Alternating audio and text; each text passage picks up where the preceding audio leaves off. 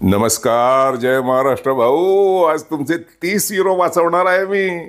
आम्ही चाललो आहोत बुडापेस्ट शहरामधून वाहणाऱ्या डॅन्यूब नदीतून नौका विहारासाठी. खरं म्हणजे 30 युरो नाही वाचवणार, थोडेसे त्याच्यापेक्षा कमी. आता तुम्ही म्हणाल, आमचे 30 युरोपेक्षा कमी पैसे कसे वसूल होतील? विचारा विचारा. ज्या काही प्रेक्षणीय गोष्टी आम्ही बघणार आहोत होडीत बसून, त्याच तर तुम्ही बघणार आहात घर बसल्या या व्हिडिओ मार्फत, नाही का? हो, इकडे जवळ या, सांगतो तुम्हाला. हो, आम्हाला बोटीवर शॅम्पेन मिळणार आहे. शॅम्पेन बाई आणून देणार आहे बसल्या जागी. होडीत आरामात बसून बाहेरचे सृष्टी सौंदर्य पाहता पाहता श्रीमंतांसारखी काचेच्या निमुळत्या ग्लासातून चाखायची शॅम्पेन. कॅमेरा चालू ठेवायचा बरं का, म्हणजे घरी गेल्यावर कसं मित्रांना आणि नातेवाईकांना जळवायला. आता या सहलीत मी इथून दिसणाऱ्या प्रेक्षणीय स्थळांची माहिती वगैरे देत बसत नाही बरं का. असं गाईडसारखं इतिहास वगैरे ऐकायला ना एकदम वैताग येतो बुवा आपल्याला. पाहिजे तर वर अधूनमधून लिखित माहिती पुरवतो. मला तुमच्यासोबत हंगेरीच्या काही मजेशीर गोष्टी सांगत गप्पा मारायच्या आहेत. आता समजा तुम्ही जर खरोखर माझ्यासोबत या बोटीमध्ये प्रत्यक्ष माझ्या बाजूला बसला असता, तर आपण दोघे काय इथे ऐतिहासिक वास्तूंचे विश्लेषण करत बसलो असतो का? का जशा रंगत जाशील तशा गप्पा मारत असतो, आहे की नाही? फक्त तुम्हाला इथली शॅम्पेन चाखता येणार नाही आणि मला तुमच्याकडचं पियुष पन्ह आणि अमृत कोकम. थांबा जरा, आईला आधी सांभाळतो जरा. पायऱ्या आहेत तिथे ना. आईला जमेल का वरच्या माळ्यावर पायऱ्या चढायला? आईची तब्येत जरा नरम आहे ना 2 दिवसांपासून. हा नौका विहाराचा बेत आखण्यामागे ही पण योजना होती की त्यानुसार इतर ठिकाणी फिरताना दिवसभर पायी रपेट मारण्याचा पण त्रास होऊ नये. इतर प्रवासी जहाजावर चढू लागले. प्रवासिनी म्हटलं पाहिजे मला. इथे पुरुष काही दिसत नाहीयेत. मी बायकांच्या सहलीत तर आलो नाही ना.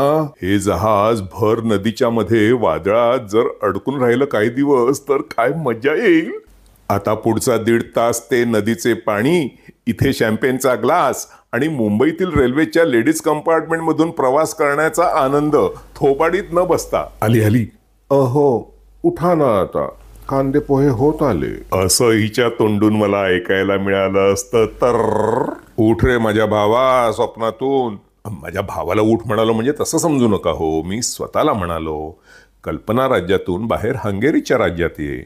समोर खेळण्यातील इट्टुकली झुकझुक गाडी, हातात मावतील एवढी घरे, मुंग्यांच्या रांगेसारखी एकामागोमाग एक अशी शिस्तीत धावणाऱ्या खेळण्यापेक्षाही लहान गाड्या, अंगठ्या एवढी जहाजे आणि वितीत मावतील एवढे पूल.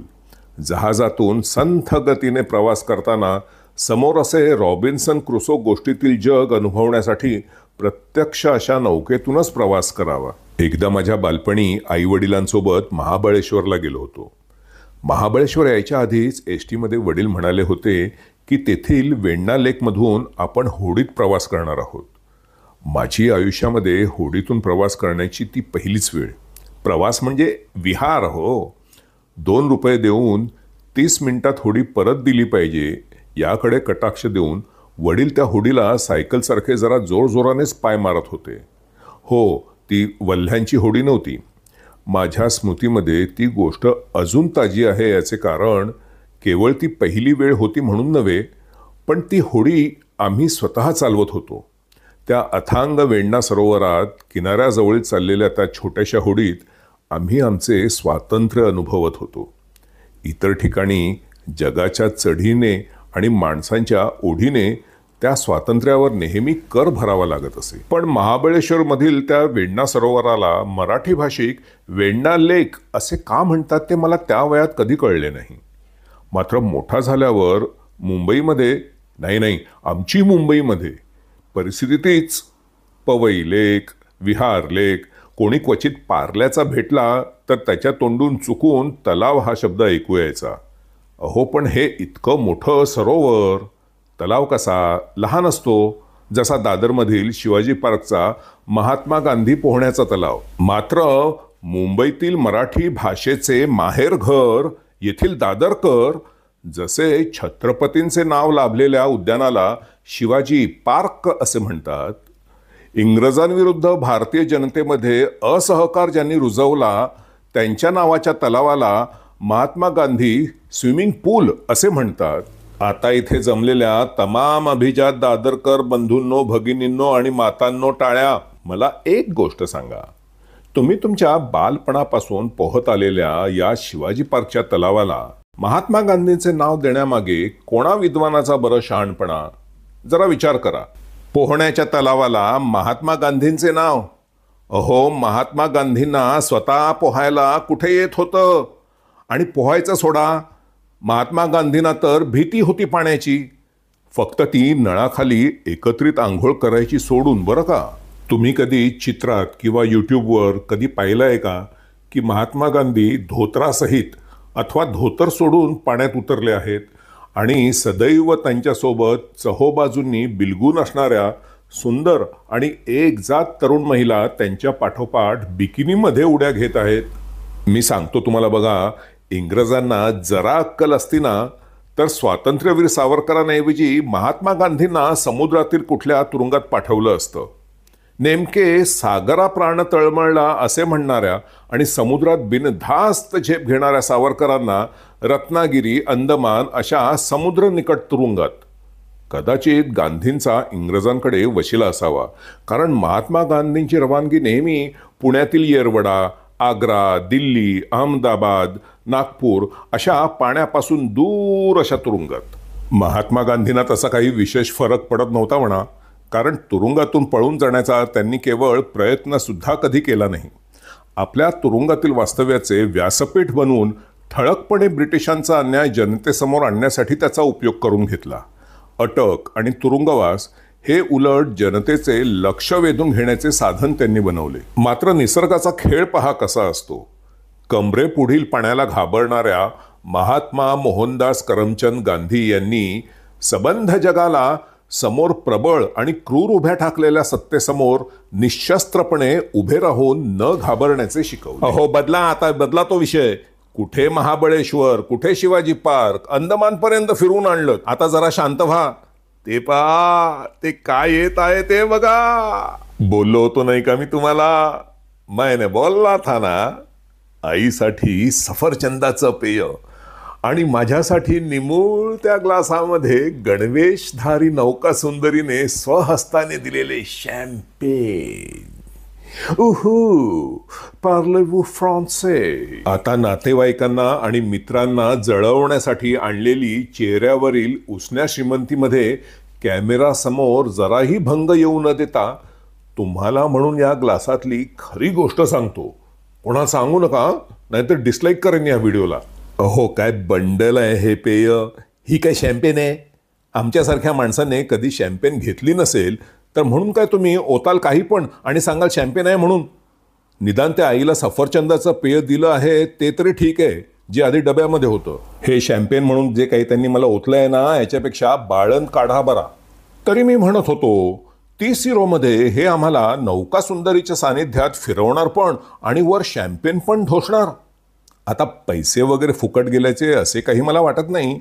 जहाजात शिरताना ज्या प्रकारे गालात खळी पाडून तिने मला हाय वेलकम केले ना, तेव्हाच बाला कलिजा खलास झाला. त्यांचा समज उलट खरा असावा. एवढ्याशा पैशात एवढं काही मिळणार आहे हे गिरायकाने स्वतःच समजून घेतले पाहिजे आधी. स्वस्तात शॅम्पेन पाजायला ही काही लाडका भाऊ योजना नाही. ही आम्हाला स्वस्तातली आणि अगदी कमी दर्जाची वाईन दिली आहे, ज्यात सोडा घुसडला आहे. शॅम्पेन ही पण वाईन.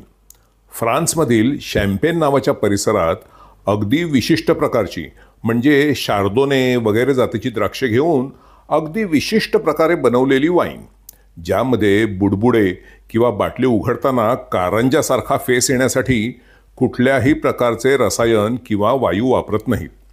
वाईन बनत जाणाऱ्या प्रक्रियेमध्ये हे बुडबुडे नैसर्गिकपणे आपोआप तयार होतात आणि अशा प्रकारच्या फक्त शॅम्पेन नावाच्या परिसरात बनवलेल्या वाईनला शॅम्पेन असे म्हणतात. अशा खऱ्या शॅम्पेनच्या बाटल्यांची किंमत $50 सुरू होते आणि तुमचा जर आग्रहच असेल ना तर डॉन पेरियॉनची शॅम्पेन $25,000 आसपास मिळू शकेल. ओ शॅम्पेनवाले, हजाराच्या बाता बंद करा आता. शॅम्पेन लिहिता तरी येते का? शॅम्पेनचं स्पेलिंग तरी न चुकता धड सांगता येईल का तुम्हाला? हो येतंय तर. अहो, मराठी शाळेमध्ये शिकलोय मी. मला दादरच्या बालमोहन विद्या मंदिरमधल्या इंग्रजीच्या शिक्षकांनी शॅम्पेनचे स्पेलिंग अगदी अचूक कसे लक्षात ठेवावे ते शिकवले. ते मला म्हणाले, तुला पाचगणी म्हणता येतं का? मी म्हणालो सोपं आहे, हे काय पाचगणी? मग गुरुजी म्हणाले, आता चंपागणे म्हण पाहू. त्यांचा प्रश्न संपायच्या आधीच मी पटकन उत्तर दिलं, चंपागणे. पुढे त्यांनी माझ्याकडून 10 वेळा चंपागणे चंपागणे घोकून घेतलं आणि मग म्हणाले, आता घे हा खडू आणि जा फळ्यावर आणि इंग्रजीमध्ये लिही चंपागणे. मी गेलो फळ्यावर. CHAMPA चंपा, GNE गणे. हे बघा. गुरुजी म्हणाले, असं लिहितात शॅम्पेन. इंग्रजी माध्यमातील मुलांना आणि त्यांच्या फादर मदरला सुद्धा हे स्पेलिंग धड लिहिता येत नाही. माझ्या गुरुजींना मात्र शॅम्पेन लिहायला शिकवताना त्यांच्यासमोर काय ठेवलं होतं हे मला माहीत नाही. मधल्या स्थानकातील प्रवाशांना घेऊन मला सकाळी उठल्या उठल्या कांदे पोहे करून द्यावीशी वाटणारी जहाजावर परत चढली. आता परतीचा प्रवास सुरू. आणि आता कुठे मला आठवलं की मी तुम्हाला हंगेरीच्या काही गमती जमती सांगणार होतो आणि त्याऐवजी मी तुम्हाला तुमच्याकडच्याच गोष्टी सांगत बसलो. थांबा हं जरा, कांदे पोहे आलेत. हो दे ना, आपल्यात लाजायचं काय त्यात आता. तर मी सांगत होतो, हे बघा, तुम्ही कधी हंगेरीमध्ये आलात ना, आता भारतीय पर्यटक तसे इथे कमी येतात, मात्र खास करून अमेरिकन किंवा ब्रिटिश असे इंग्रजी भाषिक पर्यटक यांचा एक शिळा म्हणण्यापेक्षा एक सडलेला विनोद असतो. हंगेरी नावाचा अपभ्रंश करून हंगेरी आय एम हंग्री किंवा I am hungry in Hungary असा पचका, म्हणजे आपल्याकडे ज्याला आपण सभ्य विनोद म्हणतो, असं काहीतरी बोलून स्वतःच हसतात. हे विनोद सांगणारे विनोद सांगितल्यानंतर स्वतः का हसतात यावर संशोधन करण्यासाठी म्हणून मी एकदा विनोदांच्या कार्यक्रमाला गेलो होतो. अगदी छान कार्यक्रम होता. त्यापैकी काही 3-4 विनोद असे होते की मी पोट धरून धरून हसलो. घरी आल्यानंतर मी आरशासमोर उभा राहिलो आणि कार्यक्रमातील जे काही 3-4 सर्वात यशस्वी असे विनोद होते ते स्वतःला सांगायला सुरुवात केली. एकानंतर एक वारंवार विनोद स्वतःला सांगितले, मात्र मला एकदा सुद्धा त्याचे पुन्हा हसू आले नाही, कारण विनोद कार्यक्रमातच कळला होता ना. मग हे माझे मित्र जेव्हा मला भेटतात तेव्हा ते पण कुठेतरी ऐकलेला विनोद मला सांगत असतात, मात्र विनोद संपल्यावर स्वतः जोरजोराने हसतात. असं का? काही जण तर असे असतात, त्यांना विसर पडलेला असतो की एखादा विनोद काही महिन्यांपूर्वीच त्यांनी मला सांगितला होता आणि आता ते पुन्हा मला सांगतात आणि पुन्हा मागच्या वेळेसारखे स्वतःच्याच विनोदावर हसतात. काय माहीत, कदाचित माझ्यातच काहीतरी दोष असावा. जोपर्यंत कोण मला कांदे पोहे करून देत नाही ना, तोपर्यंत माझे दोष माझा पाठपुरावा करत राहणार. अरे पाठपुरावे कांदे पोहे? अरे नाही, ही डाळिंबी उसळ. या शॅम्पेनवरून आठवलं, तुम्ही समजा कधी हंगेरियन लोकांबरोबर बसला म्हणजे क्वार्टर घेऊन बसला, तर समोरचा जर वयस्कर असेल तर चिअर्स करण्यापूर्वी जरा सांभाळूनच करा. ही गोष्ट जरा चमत्कारिकच आहे.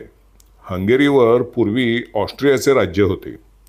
1848 साली हंगेरियन जनतेने उठाव केला, मात्र ऑस्ट्रियन सैन्याने तो कुचलून लावला आणि हंगेरियन जनतेवर मिळवलेल्या विजयाच्या समारंभास ऑस्ट्रियन सैन्याधिकाऱ्यांनी बिअरचे ग्लास उंच उचलून चिअर्स म्हणत एकमेकांच्या ग्लासावर टेकवले. हंगेरियन जनतेने आपल्या उठावात झालेला पराभवाचा शोक प्रदर्शन करण्यासाठी म्हणून शपथ घेतली की पुढील 150 वर्षे ते बिअरच्या ग्लासाला ग्लास लावून चिअर्स करणार नाहीत. खरी गोष्ट आहे हो. आणि 1999 मध्ये ती 150 वर्षे संपली. मात्र आज अजूनही काही अतिअभिमानी वयस्कर आहेत जे चिअर्स करताना तुमच्या बिअरच्या ग्लासाला ग्लास चिटकवणार नाहीत. आता या बेवड्यांची एक गंमत सांगू. त्या ऑस्ट्रियन सैन्याधिकाऱ्यांनी बिअरचे ग्लास घेऊन चिअर्स केले होते, म्हणून ही प्रथा केवळ बिअर पितानाच लागू होती. वाईन अथवा इतर कोणतीही दारू असेल तर त्यावेळी चिअर्स करण्यात त्यांना कोणतीही समस्या नव्हती. जहाजातून मस्तपैकी सफर झाली आणि आम्ही टॅक्सी घेऊन खाण्यापिण्याची काही व्यवस्था करण्यासाठी बुडापेस्टच्या मध्यवर्ती विभागात चाललो आहोत. हो, मात्र बुडापेस्ट नाही म्हणायचं बरं का. हंगेरियन भाषेत श हे अक्षर इंग्रजीतील एस प्रमाणे लिहितात, म्हणून आपण ते बुडापेस्ट असे वाचतो. मात्र या शहराचा खरा उच्चार बुडापेस्ट असा आहे. आता तुम्ही स्थानिक लोकांसमोर त्यांच्या शहराचा उच्चार ठीक केला नाही तर ते काही येऊन तुमच्या दुकानाच्या पाट्या वगैरे फोडणार नाही. मात्र बुडापेस्ट असा खरा उच्चार केलात तर त्यांना तुमच्याविषयी आपुलकी नक्की वाटू शकते की बाबा चला 10 अडाण्यांमध्ये एक तरी आपल्यासारखा शहाणा निघाला. आणि ह्याची प्रचिती मला आली ना, तो अगदी गमतीचा भाग आहे.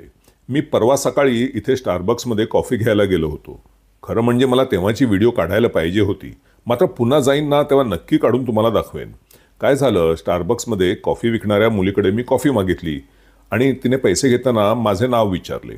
ते ग्लासावर लिहितात ना, म्हणजे कॉफी तयार झाली की आपल्याला हाक मारतात ते. मी सांगितलं शामू, आणि तिने ग्लासावर इंग्रजी अक्षरात SAMU असं लिहिलं, म्हणजेच सामू. मात्र जी कॉफी देणारी दुसरी मुलगी होती तिने कॉफी तयार झाल्यावर अगदी शामू अशी बरोबर हाक मारली. मला आश्चर्य वाटलं की नाव तर हिने लिहिलं नव्हतं, मग सामूऐवजी शामू हा खरा उच्चार हिला कसा बरं करता आला. हिची ओळख तर नाही ना माझ्याबरोबर आधीपासून. आणि तेव्हा मला आठवलं सचा उच्चार श करतात इथे. ही शिल्पकला आहे ना, ही हंगेरीतील अत्यंत लोकप्रिय लोकगीत हा मेंढपाळ आपल्या मेंढ्यांना गाऊन दाखवत आहे. त्या गाण्याची वाक्य सुद्धा त्या पुतळ्याच्या खाली लिहिली आहेत. किती छान कल्पना आहे नाही. शिल्पकला जर समजून घ्यायची असेल तर समोरचे हे कारंजे म्हणजे वरील पुरुष तो डॅन्यूबियस ही व्यक्तिरेखा येथील प्रमुख नदी डॅन्यूबचा अवतार. खाली वाहणाऱ्या पाण्यात 3 महिला म्हणजे त्या नदीतून उगम पावलेल्या 3 पोट नद्या, तिसा, द्रावा आणि शावा, त्यांचे वक्षस्थळ उघड हे त्या नदीमुळे निर्माण होणारे आयुष्य, निर्मळता आणि पवित्रता दाखवण्यासाठी. आपल्याकडे उघडे बॉल म्हणजे पवित्रता गेलीच राहायला. बुडापेस्टचा हा भाग जरी गजबजलेला असेल तरी इथे आरडाओरड आणि गोंगाट कधी जाणवत नाही. आमच्याकडे इस्रायलला लोकांमध्ये मोठ्याने बोलण्याची प्रवृत्ती आहे. मग ते कुठेही असो, उपहारगृहात, बस, रेल्वेमध्ये किंवा तुम्हाला इस्रायलच्या कब्रस्तानात सुद्धा लोक मोठ्याने बोलताना ऐकून कसेसेच वाटेल. हंगेरीमध्ये मात्र सार्वजनिक वाहतूक करताना बस किंवा रेल्वेमध्ये लोक अगदी शांतपणे बसलेले दिसतात. तुम्ही फोनवर जरी मोठ्याने बोलला ना तरी लोक वळून पाहतील. आई म्हणते आज जेवायला कुठे बाहेर उपहारगृहात नको. घराजवळच एक भारतीय खाद्यपदार्थांचे दुकान आहे. तिला खरं काय पाहिजे माहिती आहे का? सकाळी उठल्यावर खायला ती पिशवीत मसालेदार खारट मिळते ना, ती मुगाची डाळ. सकाळी असं काहीतरी ती सटरफटर चरते आणि नंतर तिचा नाश्ता सुरुवात होतो. असते एकेकाची सवय. मी नाही का, घरात कॉफी दूध असून सुद्धा सकाळी उठल्याबरोबर दात घासायच्या आधी घरापासून मिनिटभर अंतरावर असलेल्या कॅफेमध्ये जाऊन कॉफी पितो. सकाळची सुरुवात माणसाने नेहमी आपल्याला आवडेल अशा गोष्टीने करावी. काही जण उठल्या उठल्या सिगरेट शिलगावतात, काही जण आधी आंघोळ आणि मग पूजा अर्चा, काही जण वर्तमानपत्र घेऊन थेट संडासात. कोणतीही सवय असो, त्या दिवसाची तो नकळत आवडती सुरुवात करतो.